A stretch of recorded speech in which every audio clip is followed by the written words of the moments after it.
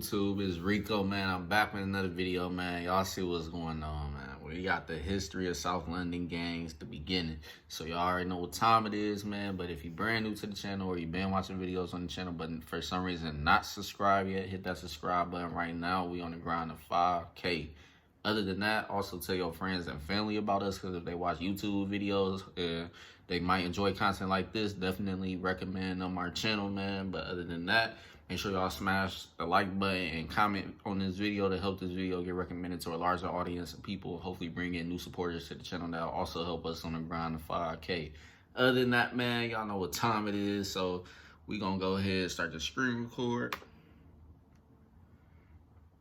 That's started, and we starting this video now. Freedom's priceless, but I fell in love with the beef, so it ain't gonna stop till he get more violent. Same you still lying and dying. Retaliation day expires. Then Osmo still crying. They turned laughing, they turned him lifeless. Even if Pro scored on them, so course I gotta run from Trident. Chatting on MSN, you should feel the peace of the night.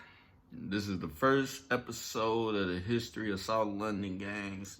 Stab you in your head, stab you in your chest. You didn't see that coming, so I'm pulling that a flipping surprise. When your more JCs with a pain in my eyes, feeling kinda nice when I see the knife collide in your white chest. That's what you get. Who made Team 15? Who brought Brixton back? Stizzy. Who made Stockholm youths on streets ain't safe, don't lack that. My man said all the way back to the 1950s. Damn. Around the 50s, it was basically school beef, but mainly caused by clash in cultures. Done my first beating, I was 10 toes with the straps. Say, for example, the Brixton versus Peckham beef. This started as a school beef all the way back in the 1950s. So I wonder what happened in them school beefs that really said, all right, now we got to go basically try to kill each other in the streets, man. Cause that's crazy if all this escalated from a school beef. It had to be something super serious that happened, and this sparked pretty much a whole world of violence pretty much in the UK with gangs and shit, etc., etc. Main broad day, still trying to put holes in his back. I was on the drill, them times that I didn't rap. Door got pumped for the pump. Niggas talk real greasy, but it's all a nash. Ain't a nigga in my team that I wouldn't back. Front, you can get a concussion from a wooden back. So pretty much the two cultures, pretty much I'm assuming, has to do with Africans and Caribbean people. So maybe they got into it and just sparked a whole wave of, all right, y'all from that side, we from this side, and that's what it is. If we catch y'all, then that's what it is. We on that type of time type thing. Somebody definitely had to get hurt or whatever the case is for them to have sparked it into something like this. Because Peckham was poorer than Brixton, kids from Peckham went to school in Brixton. I wonder how that worked, because if they was basically in a poor neighborhood, then how was they able to go to another school where it was better at the end of the day? Maybe y'all had some type of, what they call it, government assistance or something out there for kids that pretty much needed help to go to certain schools and stuff like that. Maybe that's something like that. That's probably why they was able to go ahead and go to a school in a better place. So I'm assuming, but if y'all know more about that, comment down below and let me know. The man them are full of chat. There ain't a nigga in your team that I wouldn't slash. My bandana's fully black SM1. Hold on, let me just switch up the flows, like, let me just change up the stats. Got the Ami on me like my Rambo when the cat snows, so you know that the cat goes. Pretty much sound like Brixton was trying to bully people or whatever the case is, especially the ones that was basically coming from the poorer neighborhood, probably talking about the clothes and the parents and all type of stuff going on. Pretty much at the end of the day, that's personal, so that's probably what happened. It probably wasn't really due to somebody getting hurt, but more of talking shit, being a bully at the end of the day. That's how I look at it right now. 10 toes on the back row with the gang door, what you know about the slash goals? Pip, don't skip, don't skirt. Gaddy on me like shirt. This one here got a breast in the back, but you know that the face is coming like never feel, so I know that like, what's all the talk? That's feds at normal, back of the books, we got 4 calls. Dots on the right, trying to mumble your thoughts. This one come with a... So this pretty much is just the structure of it finally starting back in the 70s, and then 80s, 90s, it pretty much developed and got bigger and bigger, probably some offsets of those major groups. So you got Peckham versus Brixton, and then they pretty much form other sets under those names at the end of the day to pretty much, all right, y'all got y'all group, we got our group, and then we got people under us that's running this little group that's probably named something else, but it's mainly, all right, Peckham and Brixton. So at the end of the day, no matter who you run into, they gonna be a part of the major group that's going on. That's got the actual original name of everybody. At the end of the day, that's how I look at it. And maybe that's probably what it is too.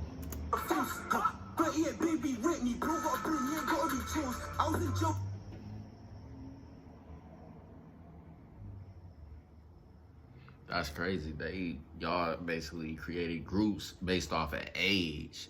So that means y'all was ready for everybody from maybe middle school, junior high, high school to adults. That's probably how y'all did it, man. Because that's the only realistic way. If y'all going based off of age, I can see like people that's pretty much coming up 12, 13, maybe even 13, 14, being the minimum, bare minimum at the end of the day to be a part of what they had going on. So that's probably how it went: middle school, junior high, high school, and college, and so on and so on. Adult, or whether or not you went to college or not, it didn't matter. As long as you was an adult, you basically in the adult range. I'm just fucking up drawers, bros in the pen that ink is.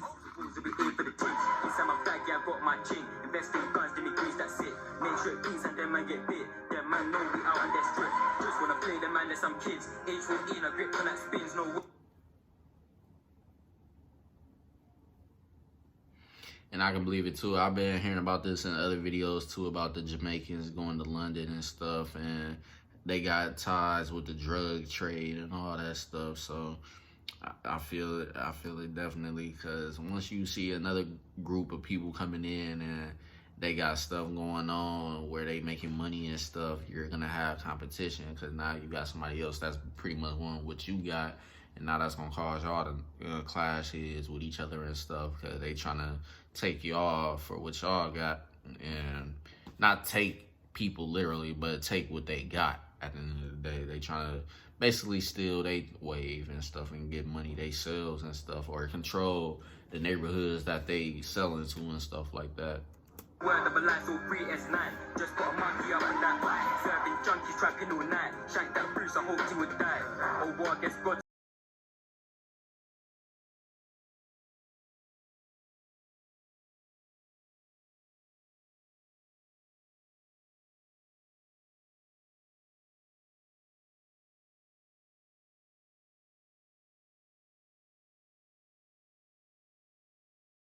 Everywhere pretty much at the end of the day, you got certain groups that's able to find ways to sneak drugs from all over the place. It could be from any country, you just never know, because they got so many good ties that they can use to pretty much help them bring that stuff to wherever they are located. So you got that everywhere though. That's a problem everywhere. Why the ops them speedy? Been plotting on them boys, like man, he looking all bleedy. Heritage sick but true if you don't know greedy. Ching man down on the mains like, see now, wish a nigga see me. Man got the dirty, the B, and I got plain TT. Raw, 10 toes stepping on the up block, got smoke, man. No, get back, come get some. Alright, so y'all basically go by the ranks. So 1, of course, is the bosses.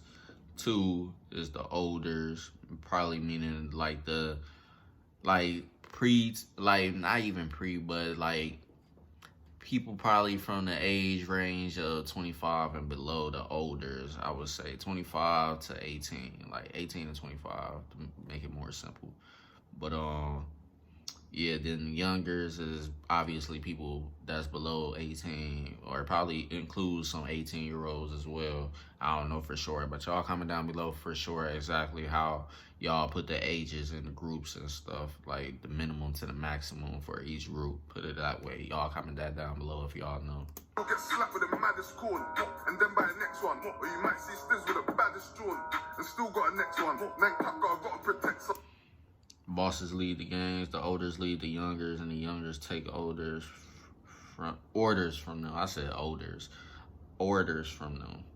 Pretty much like if you basically a kid getting told what to do by your parent, uncle, auntie, whatever the case is, you pretty much whoever the oldest is the boss. Like if you was a shorty, like say you got siblings and stuff, you was a shorty, but your brother or sister or et cetera, is older than you, and when your parents leave, they pretty much give you orders. So it's pretty much stuff like that. Step wrong, I'll make you regret some. Stretch my lips close when the Mets come.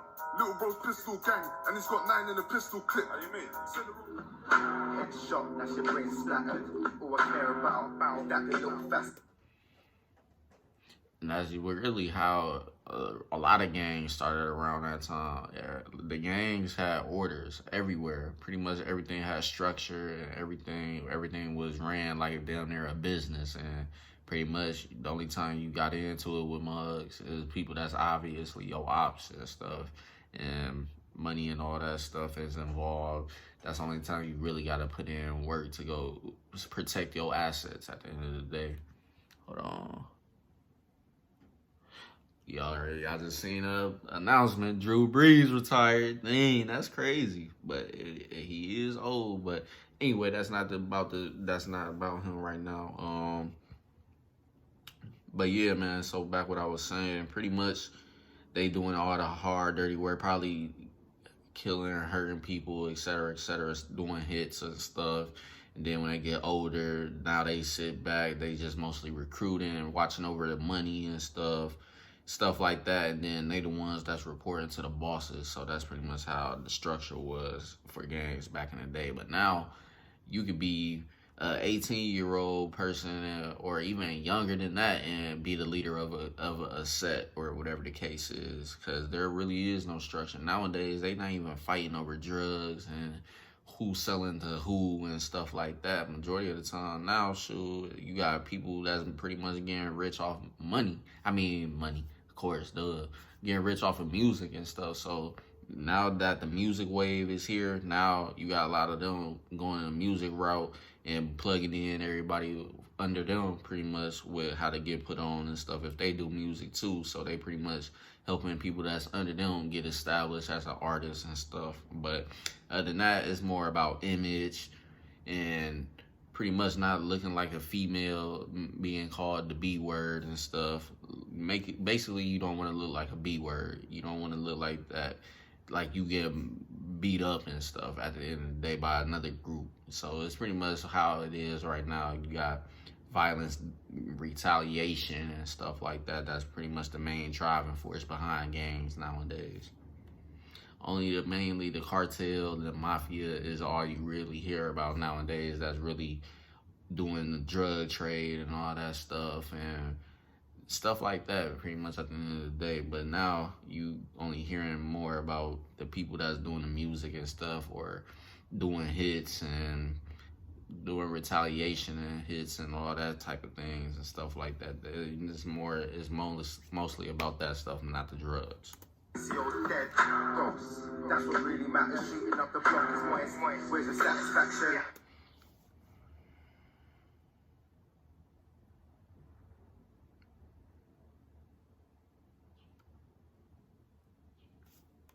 I'm addicted to guns, I call it gun passion. I'll be chilling 1 minute, then the next clapping. Don't speak about Nigga, and your back's just done one bit. Trapping on the lights, ain't never caught one brick. My niggas run team. I often say if you trapping, that's the main thing. But trapping, it ain't really the main driving force behind gang beefs nowadays. But back in that day, yeah. But trapping, honestly, I feel like it's probably better than doing drills, because if you do drills, you get a whole lot of years if you end up killing somebody, because at the end of the day, they look at you as a person that's just crazy once you do something like that. So they're going to try to give you as much time as they pretty much feel like it at the end of the day. And especially depending on how you did that drill. Because if you did it the most gruesome and crazy way, they definitely gonna try to give you the maximum time, which is most likely life sentences. But if you're doing trapping and stuff, the most that would happen is you might go to jail for a few years, depending on how much drugs or whatever you got caught with. And too, on top of that, the little minor cases you might have caught when you got arrested and stuff like that. But drills is definitely the more risky one, because once you get caught in a drill, over with. But trapping, like I said, depending on how much trapping you doing, like, and how serious it is, then you might get a lot of time. But sometimes you might only get a few years or whatever the case is. So that's better than doing drills at the end of the day. But y'all comment down below what y'all think is worse, drills or trapping. Y'all comment down below. And you niggas run in, shoot him in the chest when the gun spin. Escapone hardest out in London. I remember, free, tiny, nutty, and jungle, it's the memoir. I be writing shit down on my memoir. Only the feds cut a bitch drop dimes with a dirty mouth. Hit the M-way with 2 whip, and we pay for an ounce. 10-10 kick like Kung Fu, niggas know man's watching that brown. Bet if I kick back his mad, be the ting to my wrist snaps out. My nigga got 8, that's like 3 years till the kid comes out. 3 years till the kid comes out. Dick gave shit, man. This whip like a vehicle. Man's trying to put C's in dots, that's decimals. Bags got several. I'm Dexter, young boy playing with chemicals. What you know about the kitchen? So pretty much, I feel like this is what led into the laws y'all got now on guns and stuff like that. This was probably what pretty much set that up. But comment down below if I'm wrong. But y'all let me know when the rules really pretty much came into effect that really pretty much make it hard for y'all to own pistols and stuff like that. I already know about the shotgun thing and all that stuff, but mainly I'm talking about the pistols and all that stuff. Like, what caused that to really go into effect for y'all? Food gets stretched like Miss Incredible. Don't fuck with the federals. Ever see them for the food bar generals? Most of the G's in the zoo like Fetty. And the crimes ain't petty. Section 18, section 20s. Crimes in many. London. Cause what do you mean? None of them boy are bad. Aim's a fucking knee. Skin was a fucking tramp. Young AM ran from man. He's blasted too, but crush his crew. Crush on who? Crush on who? Who? Cause what do you mean? None of them boy don't piss. If I rise this... At the end of the day, when law enforcement get involved, yeah, that's definitely everybody's #1 enemy, because they taking you down for everything and legally. And plus, if you dare try to do something to them, you definitely asking to just play with your freedom and your life at the end of the day. Because overall, once the law is on your ass, you pretty much know you gonna either do time or you gonna end up in the grave for some reason, somehow, if you ever escalate a problem with them, if you come into contact with them at the end of the day, like shooting, maybe trying to beat them up, etc., etc., you definitely just gonna take an L at the end of the day getting into it with them. Riding a lot. There's a time no call for the cops, so do it like laps.